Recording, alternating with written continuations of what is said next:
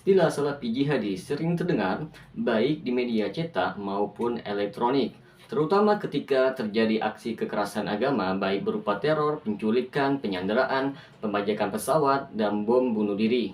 Ironisnya, stigma itu digunakan untuk memojokkan dakwah salafiyah yang diusung oleh Syekh Muhammad bin Abdul Wahab untuk memurnikan tauhid.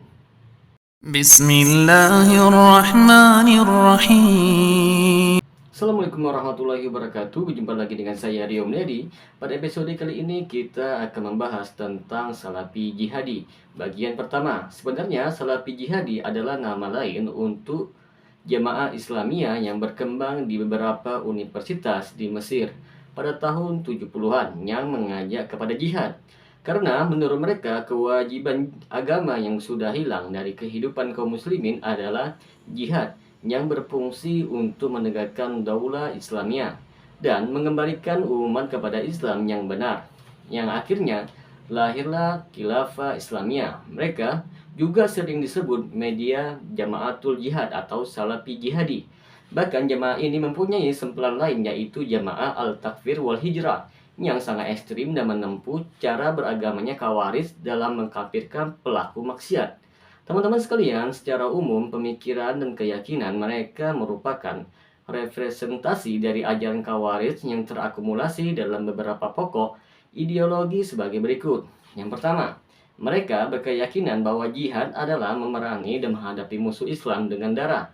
Adapun jihad dengan cara damai seperti melalui tulisan dan ceramah dan mendirikan lembaga pendidikan, mengasah pemikiran berpolitik, dengan mendirikan partai politik atau berhijrah termasuk sikap pengecut dan terhina.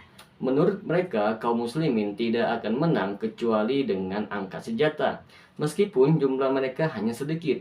Dengan pemahaman seperti itu, makna jihad menjadi sempit karena hanya sebatas perang dan angkat senjata.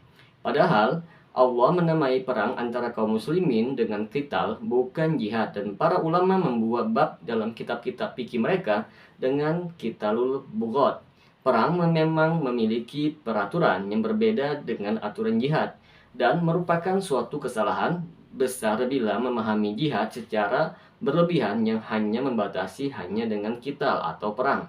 Imam Al-Munawwir dalam kitabnya Faidul Qadir menegaskan hendaknya tidak membatasi jihad hanya memerangi musuh Allah dengan pedang, karena jihad bisa juga dengan lisan.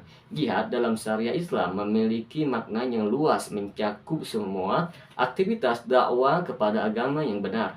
Yang kedua, mereka menjadikan pengkafiran sebagai unsur pokok keyakinannya, sehingga mereka mengkafirkan setiap pelaku dosa besar yang tidak mau bertobat, mengkafirkan para pemimpin yang tidak berhukum dengan hukum Allah secara mutlak tanpa perincian, mengkafirkan rakyat secara mutlak tanpa rincian yang setuju dan mengikuti undang-undang tersebut, mengkafirkan para ulama karena mereka tidak mau mengkafirkan para pemimpin dan rakyat yang sudah kafir menurut mereka. Mereka juga mengkafirkan siapa saja yang menolak pemikiran mereka dan mengkafirkan mereka yang tidak mau bergabung dan tidak membaiat imam mereka. Adapun para jamaah yang telah bergabung kemudian keluar dianggap sudah murtad dan halal darahnya. Mereka, jamaah Islam mana saja yang sudah sampai kepada mereka tentang dakwah mereka dan tidak mau bergabung dianggap kafir dan keluar dari agama mereka. Yang ketiga, mereka berprinsip bahwa semua masyarakat yang sekarang dalam keadaan jahiliyah, baik secara tempat maupun sikap, sehingga mereka harus menjauhi tempat-tempat jahiliyah meskipun itu masjid. Mereka memiliki batasan standar minimal sebagai seorang muslim dan setiap jamaah diwajibkan untuk klarifikasi terhadap keislamannya. Kelompok ini sangat menyelisihi prinsip dan manhaj Ahlussunnah dalam pengambilan ilmu dan sumber dalil serta kaidah pengkafiran dan penetapan keimanan. Keempat, mereka berkeyakinan bahwa kelompok Islam mana saja yang menolak hukum syariat harus diperangi, hingga mau berkomitmen dengan syariat. Begitu juga wajib memerangi para aparat keamanan yang membantu para penguasa togut. Meskipun para aparat keamanan itu terpaksa dalam hal tersebut, mereka tetap harus diperangi meskipun nanti dibangkitkan sesuai dengan niatnya. Semoga dengan penjelasan yang sedikit ini kita mengetahui siapa sebenarnya yang dimaksud dengan Salafi Jihadi. Dan adakah Syekh Muhammad bin Abdul Wahab termasuk ke dalamnya? Apa bukan?